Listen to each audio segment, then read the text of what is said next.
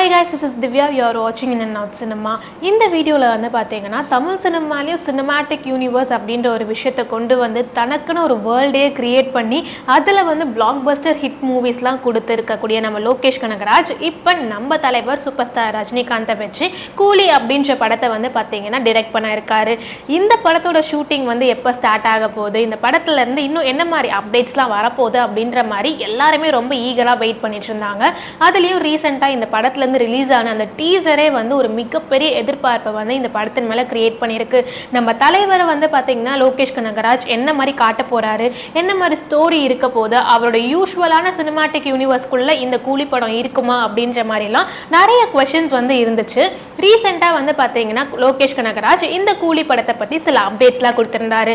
Already வந்து பார்த்தீங்கன்னா லோகேஷ் கனகராஜ் இந்த படம் கண்டிப்பாக ஒரு ஸ்டாண்ட் அலோன் மூவியாக தான் இருக்கும், எல்சியூக்குள்ளே வராது அப்படின்ற மாதிரி சொல்லியிருந்தாரு.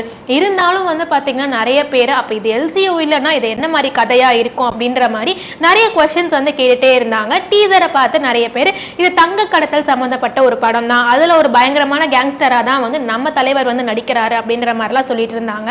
பட் லோகேஷ் கனகராஜ் வந்து என்ன சொல்லியிருக்காருன்னா, இது வரைக்கும் நம்ம தலைவர் ரஜினி சாரை பார்க்காத ஒரு கெட்டப்லையும் ஒரு பார்க்காத கேரக்டர்லையும் வந்து இந்த படத்தில் கொடுக்க போகிறேன் அப்படின்ற மாதிரியும், இந்த படத்தை வந்து ரொம்பவே பொறுமையாக ரொம்ப நிதானமாக தான் எடுக்க போகிறோம்.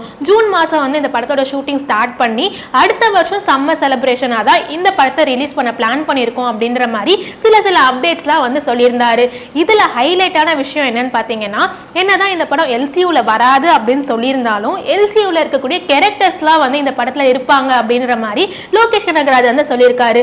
என்னது எல்சியூ இல்லை ஆனால் எல்சியூவில் இருக்க கேரக்டர்ஸ்லாம் இருப்பாங்களா அப்படின்ற மாதிரி ஒரு கன்ஃபியூஷன் வந்து பார்த்தீங்கன்னா கிரியேட் ஆயிருக்கு.